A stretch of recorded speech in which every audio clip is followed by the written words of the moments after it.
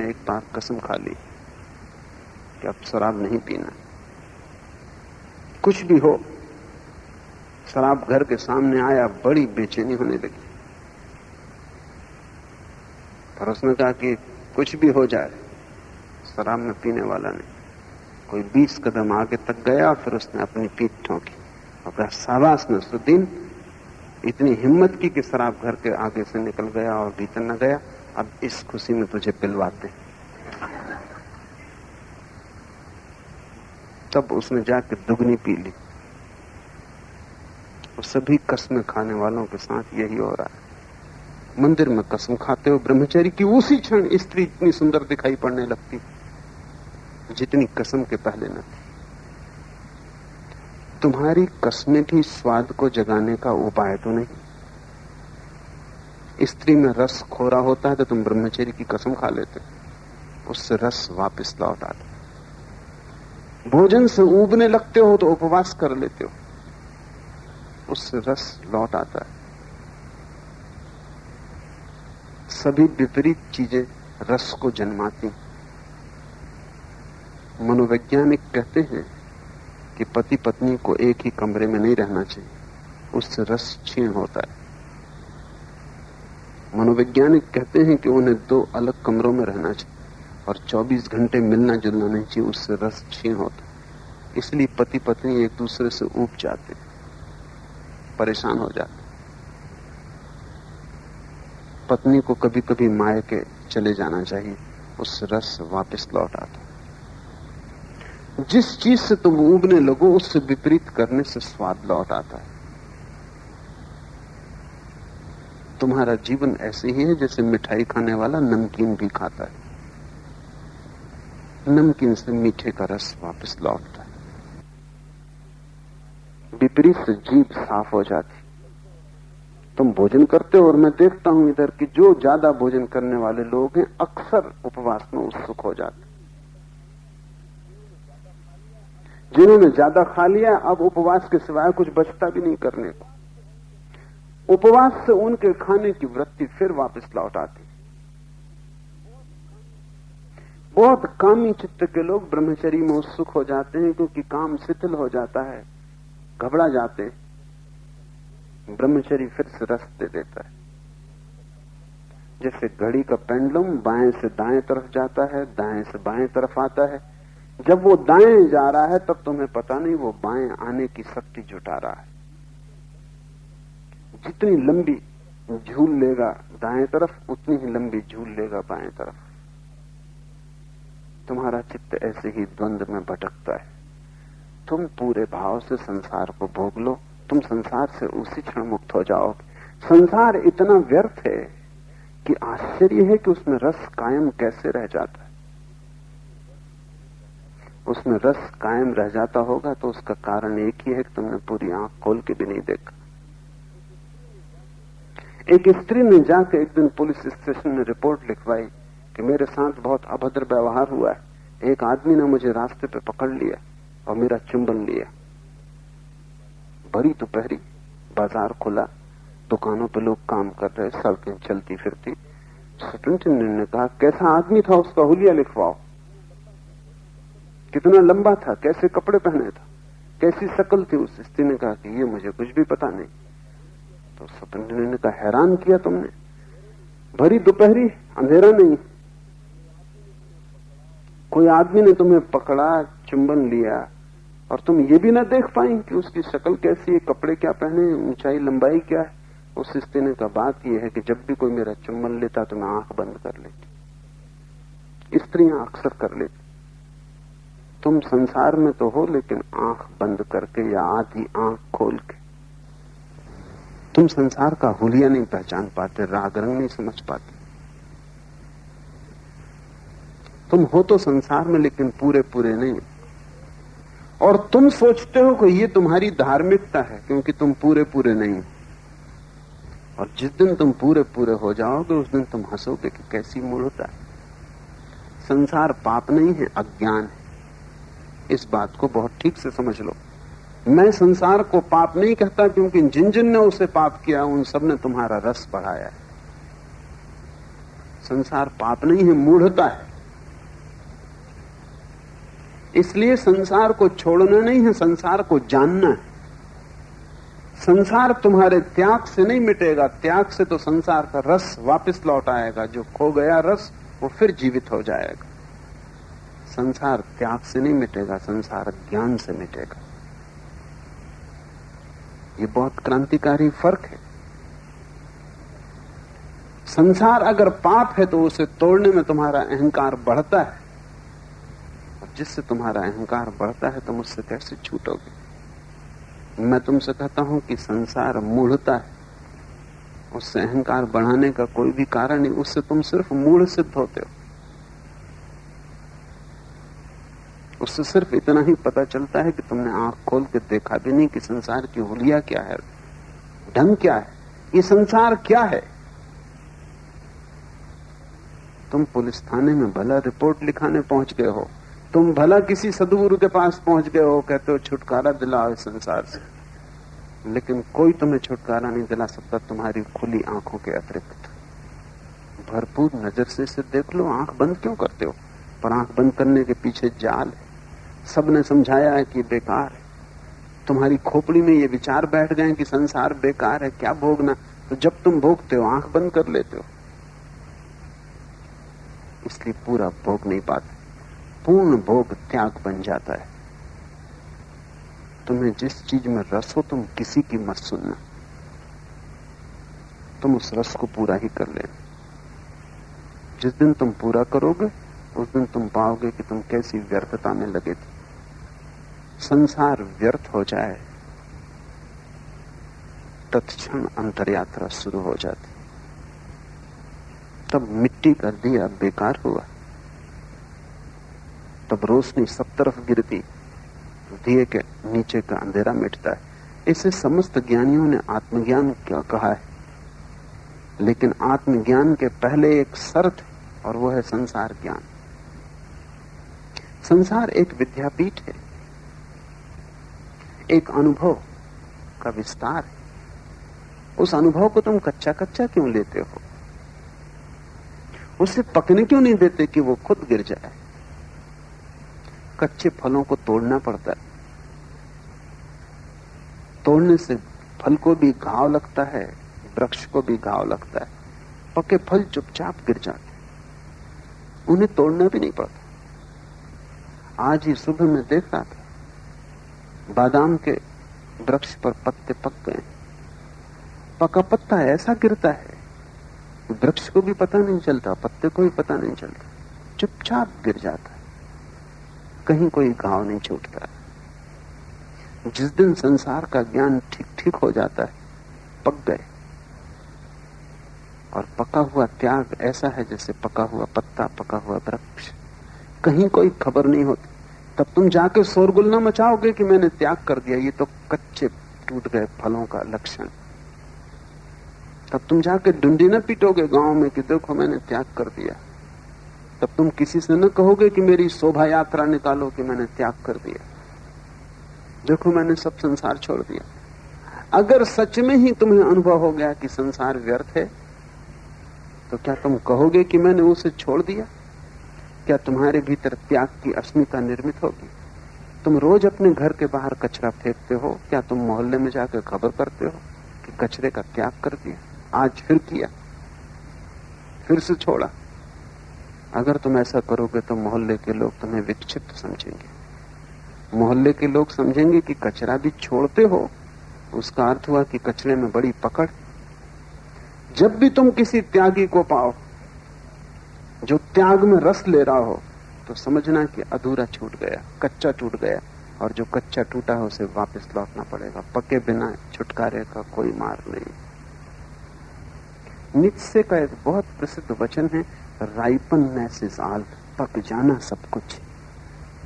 मैं भी तुमसे यही कहता हूं कि पक जाना सब कुछ। समय मत खो, पको, परिपक्व हो जाओ। सुनी हुई बातों के कारण नहीं, अपने ही अनुभव से पाओ कि व्यर्थ क्या है, तब छोड़ना भी नहीं पड़ता। तुम्हें पता भी नहीं चलता कब छूटना शुरू हो गया। व्यर्थ छूटता चला जाता है। जैसे जैसे व्यर्थ छूटता है, सार्थक उभरता है, निर्मित होता है। व्यर्थ के हटते ही रोशनी भीतर लौटनी शुरू होती। यही प्रयोजन है इस वचन का। मनुष्य की सबसे बड़ी कठिनाई मनुष्य का अपने प्रति ही अज्ञान।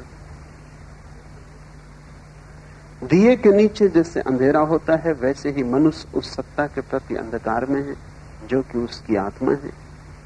हम स्वयं को नहीं जानते, और तब यदि हमारा सारा जीवन ही गलत दिशाओं में चला जाए तो आश्चर्य करना व्यर्थ। तुम गलत कामों को तो बदलने की कोशिश करते हो, लेकिन तुम ये कभी नहीं देखते कि गलत काम तुमसे पैदा हो रहे हैं। तुम एक गलत काम को बदलोगे, तुमसे दूसरा गलत काम पैदा हो जाएगा। मेरे पास लोग आते हैं, वो कहते हैं मुझे सिगरेट पीनी छोड़नी। मैं उनसे कहता हूं कि सवाल तुम्हारा है, तुम्हारी सिगरेट पीना छोड़ा दूंगा, कल तुम इसकी जगह कोई और परिपूरक खोजोगे, तंबाकू खाओगे, सूंघनी सूंघोगे, तुम कुछ ना कुछ करोगे। क्योंकि सवाल सिगरेट पीने का नहीं है। ये सिगरेट पीना ऊपर से आ गया कृत्य नहीं, तुम में लगा फल। इसको तुम तोड़ दो, दूसरा फल लगेगा। तुम अपने कृत्यों को बदल के क्या करोगे? तुम अपने आत्मा को जानने की कोशिश करो। जिस दिन तुम अपने को जानोगे, तुम्हारे कृत्य बदलने शुरू हो जाएंगे। लेकिन अक्सर लोग कृत्य को बदलने में लगते हैं क्योंकि वो आसान, उसमें कोई अड़चन नहीं। तुम 7 बजे सो के उठते हो, 5 बजे उठ सकते हो, 2-4-8 दिन परेशानी होगी।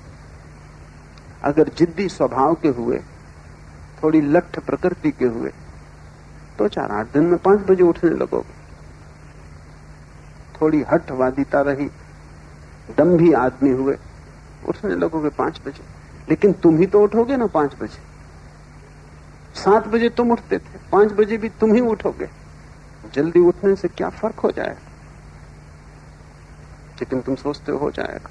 मुल्ला नसरुद्दीन एक लड़की के प्रेम में था। सभी प्रेमी अपने प्रेम की प्रशंसा करते हैं। तो उस लड़की से कह रहा था कि सुबह उठते ही तेरा नाम लेता। तो उस लड़की ने कहा, यही तो तुम्हारा भाई कहता। नसरुद्दीन ने कहा, लेकिन एक बात ख्याल रखना, मैं उससे पहले सो के उठता। पहले सो के उठ के भी तुम नाम लोगे भगवान का, इससे क्या फर्क पड़ता है? 7 बजे लेते कि 5 बजे लोगे, तुम ही लोगे ना। 7 और 5 से तुम में क्या फर्क पड़ता है? कोई भी फर्क नहीं पड़ता। लेकिन ये आसान, कृत्य को बदलना आसान, क्योंकि कृत्य ऊपरी बात है, कपड़े बदलने जैसा है। ये पहना, दूसरा पहन लिया। स्वयं को बदलना असली सवाल है। लेकिन स्वयं को बदलने की पहली शर्त है कि दिए के तले का अंधेरा मिटे। वहां अंधेरा है जहां तुम हो, वहां तुम जाओगे तो सदा अंधेरा पाओगे। समस्त शास्त्र कहते हैं कि भीतर प्रवेश करके बड़े प्रकाश का अनुभव होता है, लेकिन तुम आंख बंद करो, सिर्फ अंधेरा दिखाई पड़ेगा। ये कोई शाब्दिक बात नहीं है जो मैं कह रहा हूं कि दिया तले अंधेरा है। समस्त वेद, उपनिषद, कुरान, बाइबल, धम्मपद, सभी का एक बारे में सहमति है कि भीतर अनंत प्रकाश है। लेकिन तुम जाओ, आंख बंद करो, जैसे आंख बंद करते हो अंधकार। क्या मामला है? क्या ये सारे लोग भ्रांति में थे? तुम जब भी आंख बंद करते हो अंधेरा, और ये सब चिल्लाए चले जाते हैं। अलग अलग देशों में पैदा हुए लोग, अलग अलग समयों में, एक दूसरे से कोई संबंध भी नहीं, एक दूसरे से सीखने का उपाय भी नहीं, लेकिन समस्त शास्त्र कहते हैं कि भीतर परम प्रकाश। थोड़ा सोचना कि क्या होगा कारण। परम प्रकाश भीतर है, लेकिन अभी तुम जहां खड़े हो वहां अंधेरा पड़ रहा है। अभी तुम्हारी सारी रोशनी बाहर जा रही, भीतर कुछ भी नहीं बचती। अभी तुम ऐसे हो कि सारी गंगा सागर की तरफ बही जा रही, गंगोत्री में कुछ नहीं बचता। गंगोत्री खाली हो जाती, पानी भाग रहा है बाहर की तरफ, बाहर की तरफ, दूर जा रहा है अपने से। भीतर सब रिक्त होता जा रहा है। और ऐसा अगर होता रहे तो कितना ही प्रकाश तुम्हारे भीतर हो, अंधकार हो जाएगा। वैज्ञानिक कहते हैं कि हमारा जो सूरज ये 4000 साल में बुझ जाएगा, क्योंकि रोशनी बाहर जा रही। विराट है, पृथ्वी से 60,000 गुना बड़ा है, अनंत क्षमता का है, लेकिन वो भी चुक जाएगा। 4000 साल में सूरज भी खाली हो जाएगा, क्योंकि प्रकाश बाहर चला जा रहा है। तुम सूरज से भी बड़ी क्षमता के हो। कबीर ने कहा है जैसे हजारों सूरज एक साथ जल जाएं, ऐसा वहां प्रकाश है, लेकिन वो भी चुका देते हो। बाहर बाहर बाहर खाली होते जाते। जिस जैसे खाली होते वैसे वैसे दीनता लगती। बच्चे को देखो, बड़े भाव से भरा हुआ पैदा होता, जैसे सम्राट। और बूढ़े को देखो, थका हारा टूट गया। जिब्रान की एक छोटी सी कहानी है। एक लोमड़ी सुबह सुबह उठी, उसने अपनी छाया देखी। सुबह का सूरज उग रहा था, उसकी छाया बहुत बड़ी थी। उसने कहा आज तो एक ऊंट मिले खाने को तभी हल होगा। इतनी बड़ी छाया थी, एक ऊंट से कम में पेट न भरेगा। फिर दोपहर तक उसने ऊंट की तलाश की। अब लोमड़ी को कहीं ऊंट मिले, और मिल भी जाए तो लोमड़ी करेगी क्या। लेकिन दोपहर तक भूखी हो गई, थक गई। फिर उसने दोबारा नीचे छाया की तरफ देखा, सूरज सिर पे आ गया। अब छाया बहुत छोटी पड़ रही थी। उसने कहा कि अब तो एक चींटी भी मिल जाए तो भी काफी। सभी बच्चे ऐसे भरे हुए पैदा होते। सुबह छाया बड़ी लंबी पड़ती, बूढ़े होते होते सब सिकुड़ जाता है।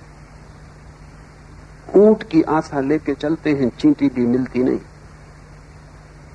अब तो एक चींटी भी मिल जाए तो बहुत है।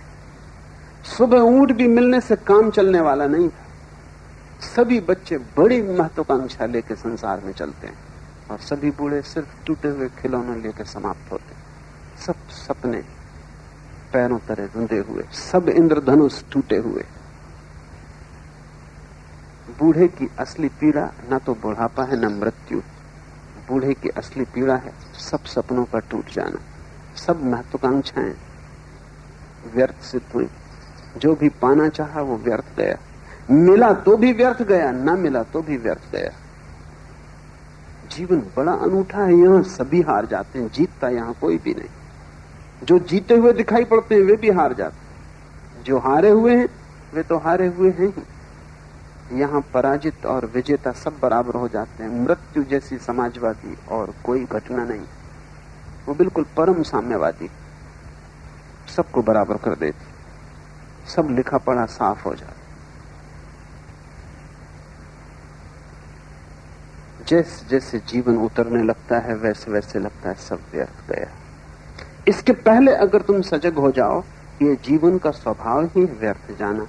बाहर तुम संपदा को पा ही ना सकोगे,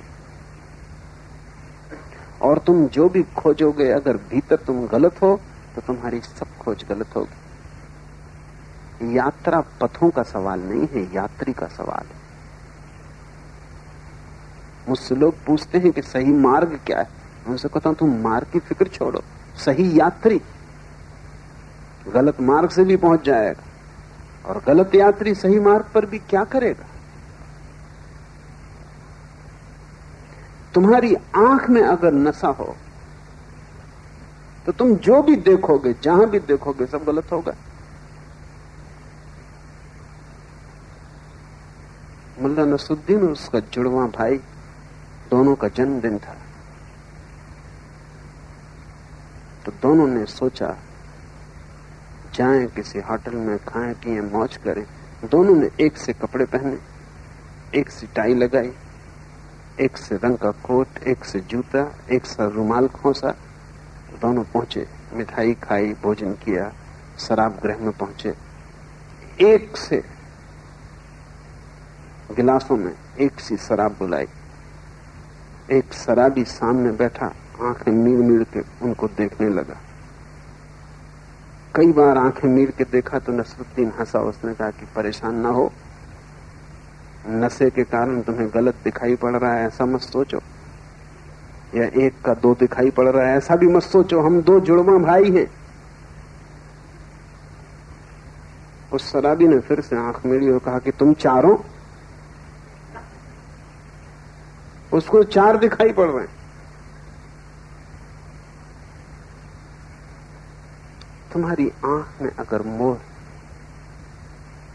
तुम जहां भी देखोगे वहीं संसार है। संसार नहीं है सवाल, मोह सवाल है। तुम परमात्मा को भी देखोगे वहां भी संसार दिखाई पड़ेगा। तुम्हारी आंख से मोह खो जाए, तुम जहां भी देखोगे पाओगे परमात्मा है। असली सवाल क्या है ये नहीं है बाहर, असली सवाल कौन है भीतर। किस रास्ते से जाते हो, व्यर्थ। हिंदू की, मुसलमान की, ईसाई की, बौद्ध की, जैन, सब व्यर्थ। रास्ता सवाल नहीं, यात्री सवाल है। तुम हो असली सवाल। और तुम्हारी 2 स्थितियां हैं। एक तो स्थिति है कि प्रकाश बाहर जाता हुआ भीतर अंधेरा, और दूसरी स्थिति है प्रकाश भीतर आता हुआ और भीतर कोई अंधेरा नहीं। जिस दिन तुम भीतर प्रकाश से भर जाते हो, उस दिन तुम जहां भी जाओगे वहीं प्रकाश। उस दिन तुम जहां भी जाओगे वहीं परमात्मा है। उस दिन तुम जहां देखोगे वहीं ब्रह्म। उस दिन तुम जहां झांकोगे वहीं उसे पाओगे। जीसस ने कहा है, तोड़ो लकड़ी को और पाओगे तुम मुझे, उठाओ पत्थर को, मैं ही छिपा हूं। लेकिन ये किसके लिए कहा है?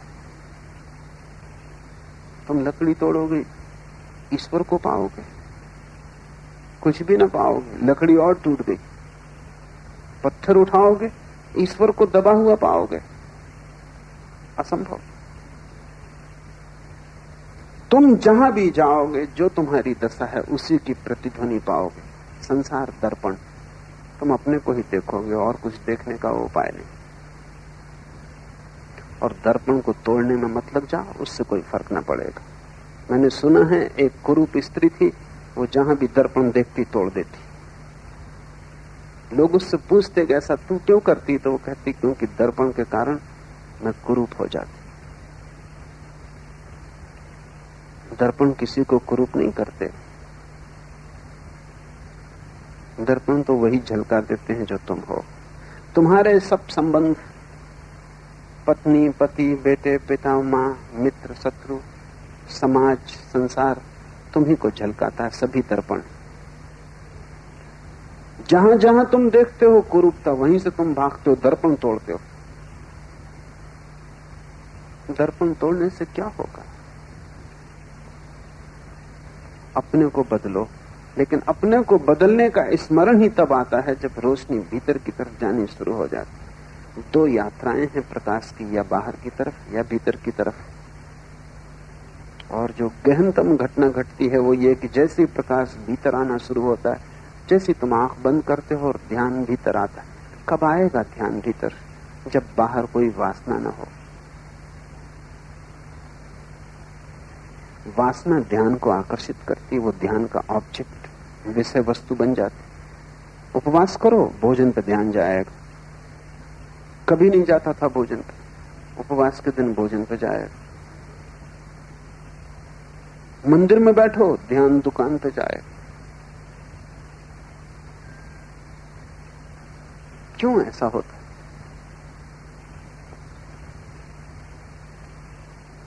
जिस चीज का भी मन में वासना है, चाह है, जब तुम उसे छोड़ते हो तो वो सारी प्रगाढ़ता से ध्यान को आकर्षित करती। आंख बंद करते हो, भीतर ध्यान क्यों नहीं जाता? क्योंकि अभी बाहर चाहे कायम, निर्वासना हुए ध्यान न होगा। क्या करो? साधु संत समझाते हैं वासना छोड़ो। काश इतना आसान होता। ये ऐसे ही जैसे किसी को बुखार चढ़ा है, तुम बड़े ज्ञानी हो, उसको कहो बुखार छोड़ो, औषधि बताओ कुछ। ये तो वो भी चाहता है कि बुखार छोड़ दे, लेकिन छोड़े कैसे? तुम कितनी कहो कि तुम ही बुखार को पकड़े हुए, बुखार तुम्हें नहीं पकड़े हुए, फिर भी वो कहेगा कि मैं क्या करूं, कैसे छोड़ूं? बुखार है, औषधि चाहिए। क्या है औषधि? इस संसार से चाहे टूट जाए, एक ही औषधि मैं अनुभव कर पाता हूं, और वो ये है कि तुम बहुत सजगता से संसार को भोगो। बेहोशी में भोगोगे, ये संसार कभी भी तुमसे छूटेगा ना। तुम सजगता से भोगो। जहां जहां संसार कहे यहां रस है, वहां वहां जाओ, वहां वहां पूरा ध्यान लगा दो। भूल जाओ परमात्मा को, भूल जाओ आत्मा को, भूल जाओ सद्गुरुओं को, शास्त्रों को, पूरा ध्यान वहां लगा दो और पूरे ध्यान से भोग लो। जिस चीज को तुम पूरे ध्यान से भोग लोगे वही व्यर्थ हो जाएगी, सार्थकता वहां है नहीं। संसार को व्यर्थ करो, संसार को चुका दो, तुम अचाह से भर जाओगे। और जब अचाह होगी तब भीतर ध्यान ले जाने में क्या अड़चन? अड़चन खत्म हो गई, बाधा कोई ना रही। तब बिना विधि के भी ध्यान भीतर जाता है। विधियों की तो जरूरत इसीलिए है क्योंकि तुम बिल्कुल अस्त व्यस्त हो। तब तुम आंख बंद करो, ध्यान भीतर जाता है। आंख खोलो, ध्यान बाहर जाता है। हाथ से किसी को छुओ, स्पर्श दूसरे को मिलता है। मत छुओ, फिर बैठ जाओ, खुद का स्पर्श शुरू हो जाता है। इतना ही सहज है, लेकिन चाहे टूट जाए। और चाहे के टूटने का ढंग है, औषधि है कि चाहे को ध्यान पूर्वक संभोग करो। ध्यान पूर्वक स्त्री से छुटकारा हो जाएगा, पुरुष से छुटकारा हो जाएगा। भोजन करो ध्यान पूर्वक, स्वाद से मुक्ति हो जाएगी। सौंदर्य को देखो ध्यान पूर्वक, सौंदर्य समाप्त हो जाएगा। सुख को देखो गौर से, सुख खो जाएगा। दुख को देखो गौर से, दुख हो जाएगा। जैसे जैसे बाहर की चीजें व्यर्थ होंगी, वैसे वैसे दिए के नीचे जो अंधेरा है वो मिटेगा, रोशनी आएगी। और जिस दिन दिए के नीचे का अंधेरा मिट जाता है, उस दिन आत्मज्ञान। बुद्ध ने मरते समय जो अंतिम शब्द कहे हैं वो है अप दीपो भव। आनंद ने पूछा, आप हम क्या करेंगे? तुम हमारे दिए थे, तुम्हारी रोशनी से हम चलते थे। तुम प्रकाश थे तो अंधेरा न था।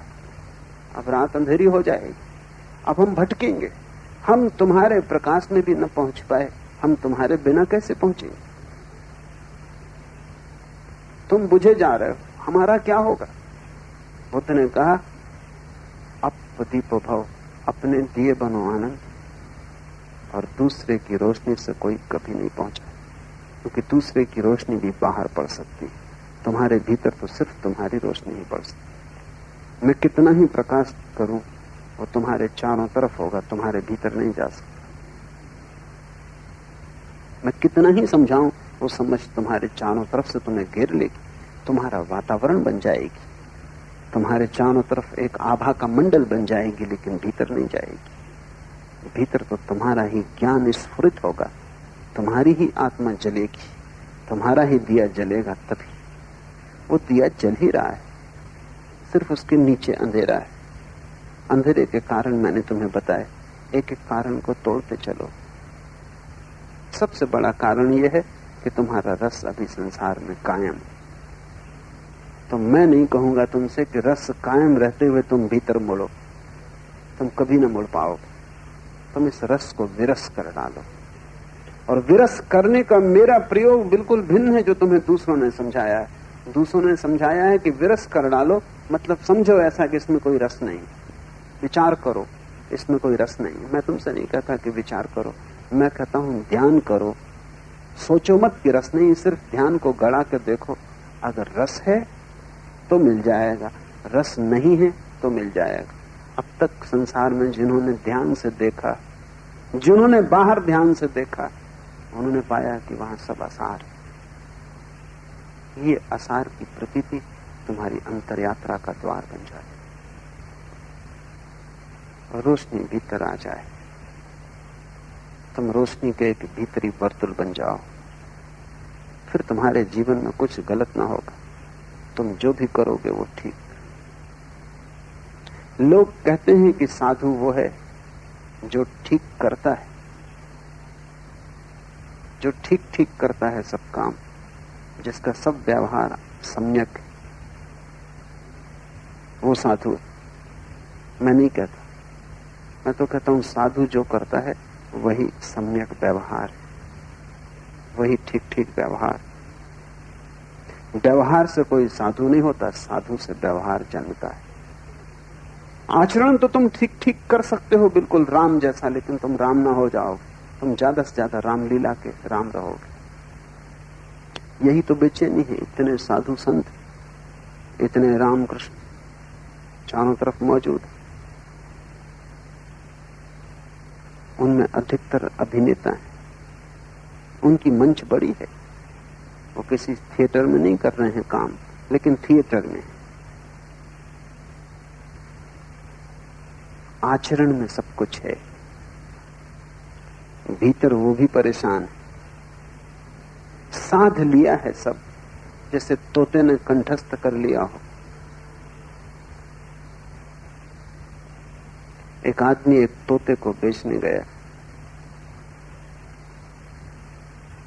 एक सर्कस में पहुंचा। उसने सर्कस के मैनेजर को कहा कि सिर्फ 20 रुपए दे दें। और ये तोता असाधारण इस तरह बोलता है कि कभी कोई तोता नहीं बोला। तो उस मैनेजर ने कहा कि अगर सच में ही ये बात है तो 20 रुपए में तुम इसे क्यों बेच रहे हो? हटाओ इस तोते को यहां से। 20 रुपए में कोई ऐसे अद्भुत तोते को बेचने आएगा?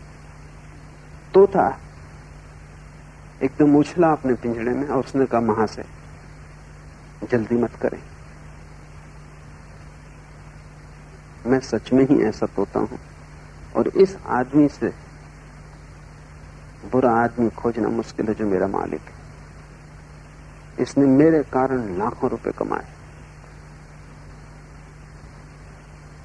हिटलर, मुसोलिनी, चर्चिल, रूजवेल्ट सभी ने मुझे प्रशंसा के पत्र दिए।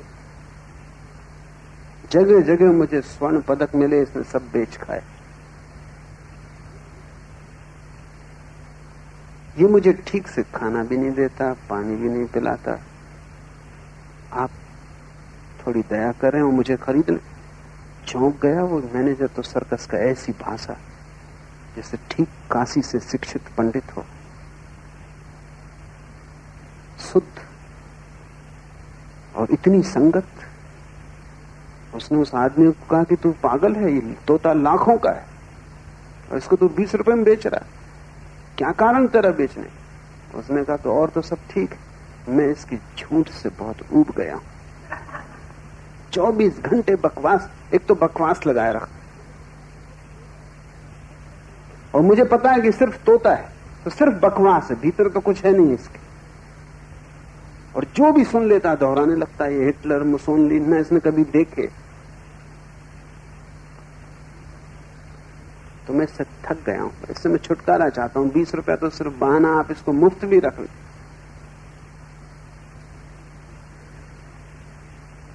तुमने कभी अपने मन की तरफ ख्याल किया कि मन क्या है इस तोते से ज्यादा है? इसने कुछ जाना नहीं, वेद पढ़ लिए हैं, उपनिषद रट लिए हैं, दोहरा सकता है कबीर को, कुंद कुंद को, किसी को भी, पर ये तोते से ज्यादा है।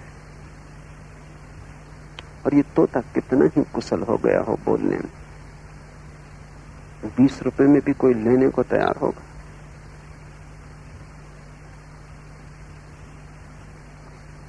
लेकिन आश्चर्य कि तुम इससे अभी तक उबे नहीं, और इसकी झूठों से भी तुम उबे नहीं। इसने जमाने भर के गोल्ड मेडल इकट्ठे कर लिए, ये तुमसे निरंतर झूठ बोल रहा है और तुम भरोसा किए चले जाते। और इसकी बकवास 24 घंटे चल रही। वो तोता तो कभी सोता भी रहा होगा, ये सोता भी नहीं, ये रात भर सपने चलाता है, दिन भर विचार चलाता है और कुछ भी सार नहीं। तुम्हारा मन भी एक झूठ है जो तुमने उधार ले लिया, तुम्हारा आचरण भी एक झूठ है जो तुमने उधार ले लिया। तुम्हारे पास न तो कोई अंतरात्मा है, न कोई अंतःकरण। आचरण तुमने दूसरों से सीख लिया है। जैन घर में पैदा हुए तो रात खाना नहीं खाते, हिंदू घर में पैदा हुए तो मजे से खाते हो, मुसलमान घर में पैदा हुए तो मांसाहार में कोई अड़चन नहीं।